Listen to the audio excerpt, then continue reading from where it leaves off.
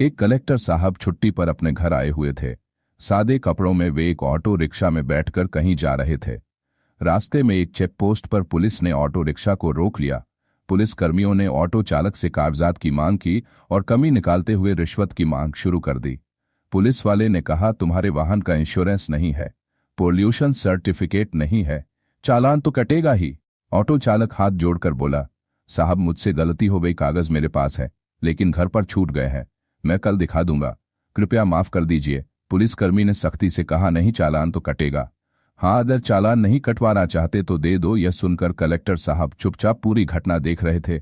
Auto rickshaw वाला विनम्रता से कहता है, साहब अभी तो मैं घर से निकला हूं, दिन की शुरुआत ही हुई है, मेरे पास पैसे नहीं है, अभी तक मैंने सिर्फ 50 ही कमाया है, मैं आपको कहां से पैसा दूं।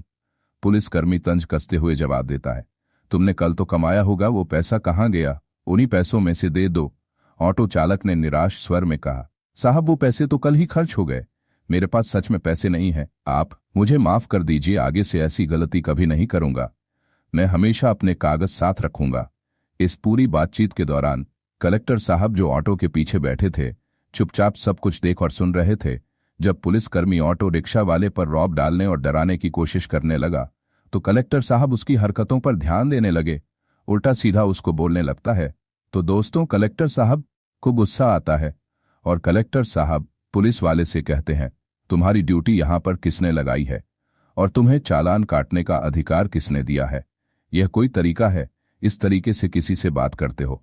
दोस्तों, जो पुलिस था वह समझता ही नहीं कि ऑटो में बैठा हुआ व्यक्ति कौन है। उस समय जो कलेक्टर साहब थे वह शर्ट पैंट और चप्पल पहने हुए थे और नॉर्मल कपड़ों में ही सिविल ड्रेस में अपने दोस्त से मिलने के लिए घर से निकले थे।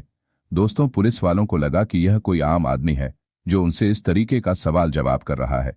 तो दोस्तों, पुलिस वाला उस कलेक्टर साहब को गाली देने लगा, उल्टा सीधा बोलने लगा, उनका कॉलर पकड़कर खींचकर ऑटो से बाहर निकाला और एक थप्पड़ मार दिया। लेकिन दोस्तों, उसके बाद जो पुलिस वाले के साथ हुआ वह आप सोच भी नहीं सकते।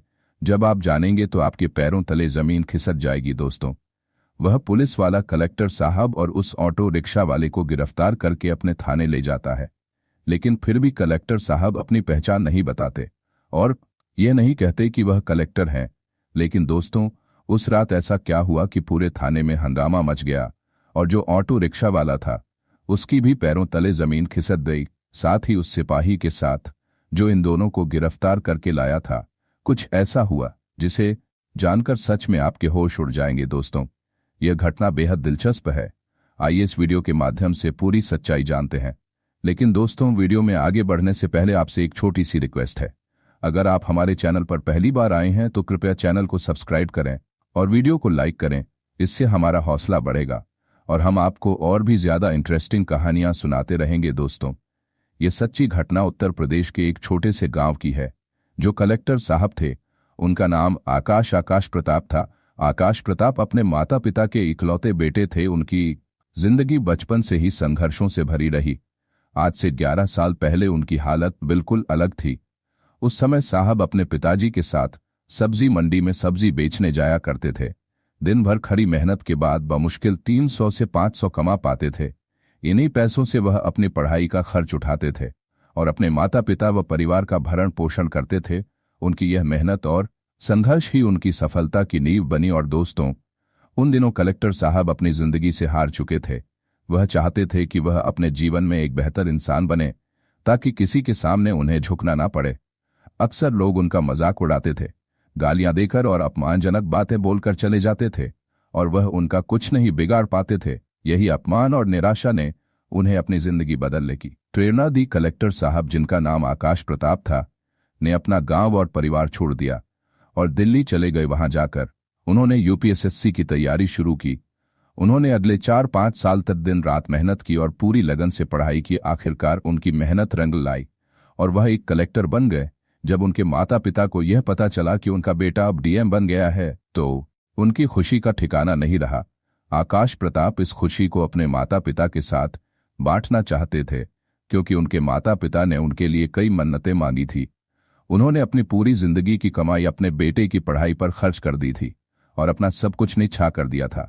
इसलिए आकाश ने सोचा कि ट्रेनिंग पर जाने से पहले वह घर जाकर अपने माता पिता से मिले और उनके साथ पूजा पाठ करवाएं ताकि उनकी मन्नतें पूरी हो जाएं और सब कुछ सही तरीके से आगे बढ़े। अब दोस्तों, कलेक्टर साहब अपने घर लौटने की तैयारी करते हैं और यहीं से एक नई कहानी शुरू होती है।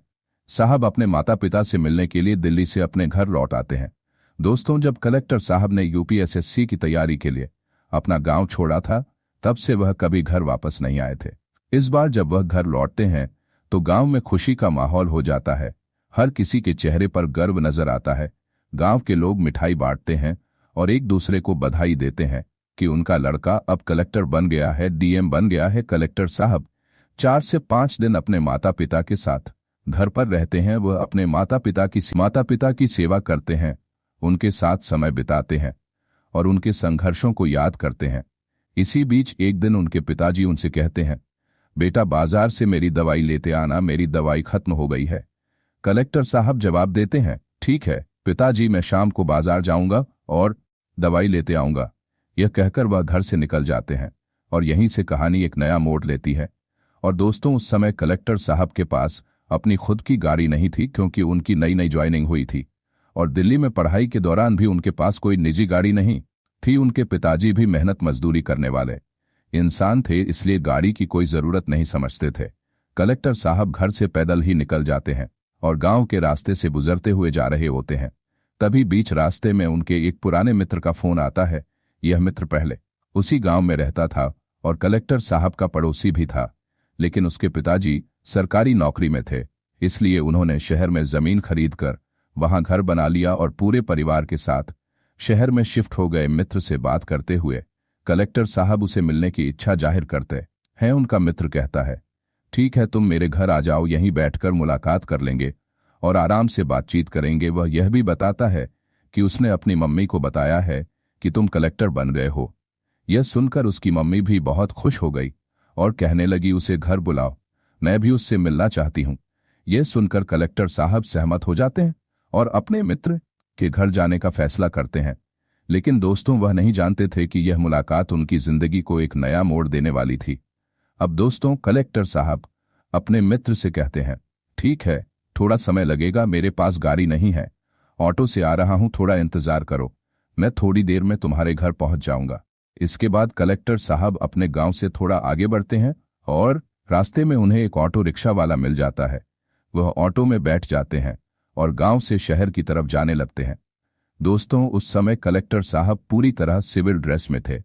उन्होंने सिर्फ शर्ट पैंट और साधारण चप्पल पहन रखी थी, क्योंकि वह तो बस बाजार जाकर अपने पिताजी के लिए दवाई लेने निकले थे।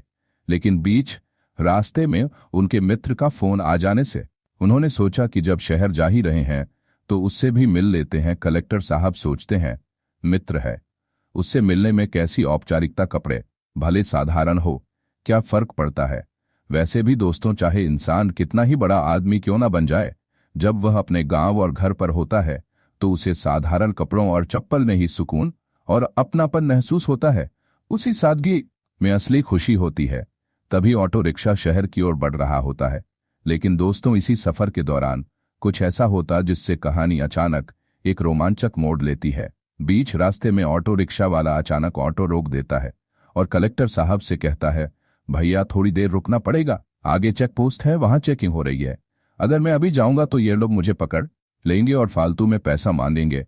कलेक्टर साहब हैरान होकर पूछते हैं, अरे ऐसा क्यों, तुम्हारे पास कागज तो सब सही है ना। ऑटो वाला जो जवाब देता है, हाँ भैया मेरे पास कागज पूरे हैं, सब कुछ ठीक है, लेकिन फिर भी यह लोग बिना वजह चालान काट देते हैं, कोई ना कोई कमी निकाल लेते हैं और जबरन पैसे ले लेते हैं। यह सुनकर कलेक्टर साहब नाराज होते हैं और जबरन पैसे ले लेते हैं।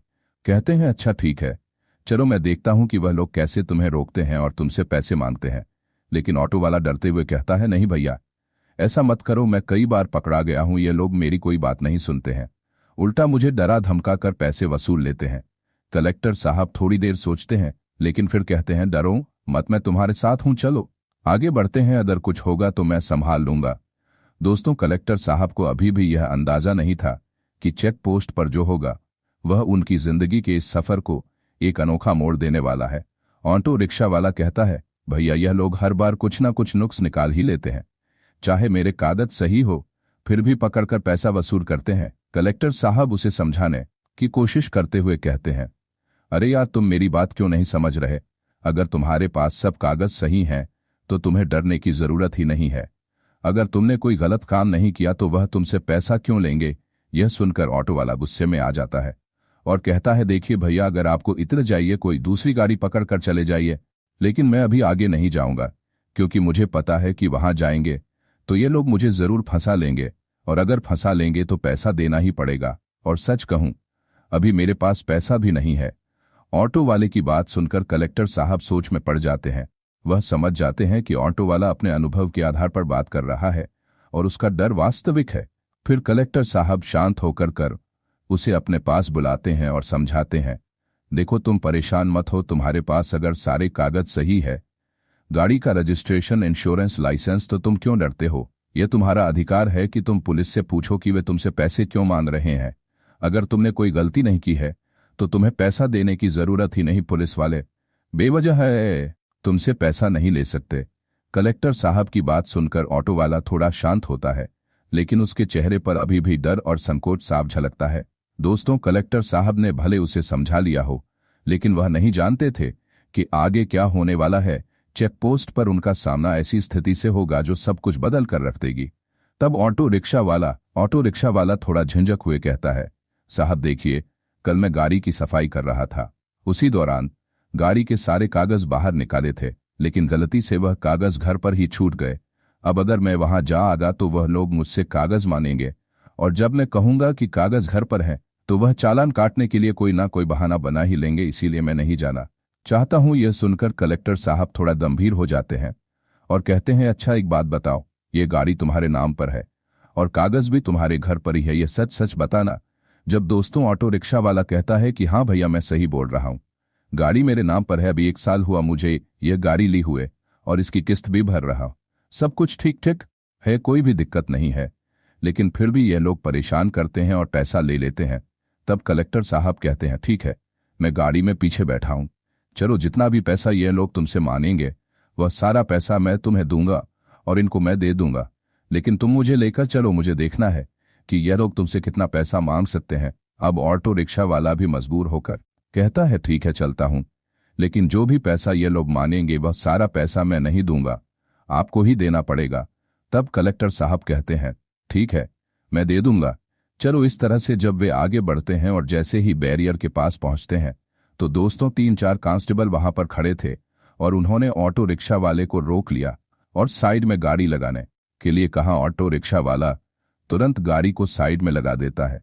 तभी वहां एक कांस्टेबल आता है और कहता है, गाड़ी का कागज दिखाओ। तब ऑटो रिक्शा वाला जवाब देता है, सर देखिए, हमारे पास गाड़ी के सारे कागज ठीक है, लेकिन एक छोटी सी समस्या है, घर पर मैंने गाड़ी का कागज छोड़ दिया है, रोज रोज लेकर आता हूं, लेकिन आज गलती से कागज भूल गया हूं, आज नहीं लाया हूं, लेकिन कभी और आऊंगा तो आपको दिखा दूंगा। तब दोस्तों पुलिस वाला अपने मोबाइल में कुछ चेक करता है और चेक करने के बाद कहता है, तुम्हारी गाड़ी का पोल्यूशन नहीं है और तुम्हारा गाड़ी का इंश्योरेंस भी फेल है, तुम्हें चालान तो देना ही पड़ेगा।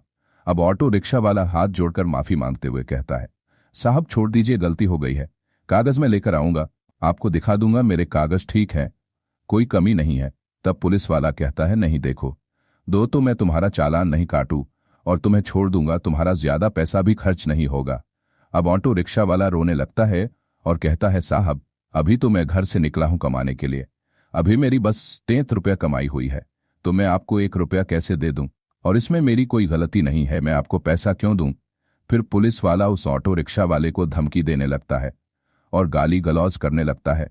पुलिस वाला कहता है, एक तो तुम गलती कर रहे हो, कागज नहीं दिखा रहे हो और ऊपर से बदतमीजी कर रहे हो। लेकिन दोस्तों कलेक्टर साहब, जो कि चुपचाप ऑटो की पीछे वाली सीट पर बैठे हुए थे और सब कुछ सुन रहे थे, कुछ नहीं बोल रहे थे। जब पुलिस वाला ऑटो रिक्शा वाले को 2-3 थप्पड़ मार देता है और गाली देने लगता है, तब कलेक्टर साहब उस पुलिस वाले से पूछते हैं, भाई एक बात बताओ, तुम्हारी ड्यूटी यहां पर किसने लगाई है और तुम्हें यह चालान काटने का अधिकार किसने दिया है, क्योंकि चालान काटने का अधिकार तो सिर्फ ट्रैफिक पुलिस को ही होता है, तुम्हें कौन बोला है यहां पर चालान काटने के लिए। अब दोस्तों पुलिस वाला पहले से ही ऑटो रिक्शा वाले पर गुस्से में था और उसका दिमाग खराब था, उसे लगता था कि यह कोई साधारण गांव का आदमी है जो शहर में जा रहा है और शायद किसी काम से आ रहा है। यही सोचकर पुलिस वाला कलेक्टर साहब का कॉलर पकड़ता है और पीछे वाली सीट से उन्हें खींचकर बाहर निकाल देता है। बाहर निकालने के बाद वह उन्हें धमकी देता है और कहता है, तुमसे क्या मतलब है? तुमको जो काम करना है, जहां जाना है जाओ, अपना काम करो, मैं इससे बात कर रहा हूं। बीच में बोलने की तुम्हें क्या जरूरत है? तब कलेक्टर साहब कहते हैं, अगर तुम्हें वर्दी मिल गई है तो इसका मतलब यह नहीं कि तुम जो चाहो वह करोगे। जिसको मारने का मन करेगा उसे मार दोगे, और जिससे पैसा वसूलने का मन करेगा उससे वसूल लोगे, यही वर्दी का मतलब है। ये सब सुनकर पुलिस वाले को बहुत गुस्सा आ जाता है और वह कलेक्टर साहब को गिरफ्तार कर लेता है। वह कहता है, चलो यहां पर तुमको नहीं समझाऊं तो तुम्हें थाने पर लेकर समझाता हूं। अब कलेक्टर साहब भी चुप रहते हुए कहते हैं, ठीक है, चलो मैं भी तुम्हारे साथ थाने पर चलता हूं और देखता हूं कि वहां तुम मुझे क्या समझाओ। मैं भी यही चाहता हूं। इसके बाद पुलिस वाला ऑटो रिक्शा वाले चालक और कलेक्टर साहब दोनों को गिरफ्तार कर लेता है। वे दोनों पुलिस स्टेशन पहुंचते हैं, लेकिन जैसे ही कलेक्टर साहब पुलिस स्टेशन पर पहुंचते हैं, एक सिपाही उन्हें पहचान लेता है। वह तुरंत उनके पास जाकर उन्हें सैल्यूट करने लगता है और सिपाही सही कलेक्टर साहब से कहता है, साहब अरे आप यहां पर कैसे आ गए हैं? और ये इनके साथ आप क्या कर रहे हैं? ये कैसे गिरफ्तार हो गए? क्या मतलब हुआ है, कुछ बताइए। तब कलेक्टर साहब मुस्कुराते हुए कहते हैं, अरे नहीं नहीं, कोई बात नहीं, बस थोड़ी सी गलतफहमी हो गई थी। सिपाही फिर थोड़ी देर चुप रहता है और कलेक्टर साहब की स्थिति को देखकर वह और कुछ नहीं पूछता, लेकिन उसका चेहरा साफ बताता है कि उसे अभी भी समझ में नहीं आ रहा था कि यह सब कैसे हो गया। अभी थोड़ी देर में सारी गलतफहमी दूर हो गई दोस्तों। वह कांस्टेबल सैल्यूट करके साइड में हो जाता है और जब पुलिस वाला यह देखता है कि थाने का ही कांस्टेबल कलेक्टर साहब को सैल्यूट कर रहा है, उन्हें साहब कह रहा है और पूछ रहा है, साहब आपको गिरफ्तार क्यों किया गया है? तो दोस्तों उसके पैरों के नीचे से जमीन खिसक जाती है। उस समय उसे कुछ समझ नहीं आता कि आखिर का उसके सामने क्या हो रहा है। ऑटो रिक्शा वाला भी उस समय पूरी स्थिति को समझ नहीं पाता कि वहां पर क्या चल रहा है।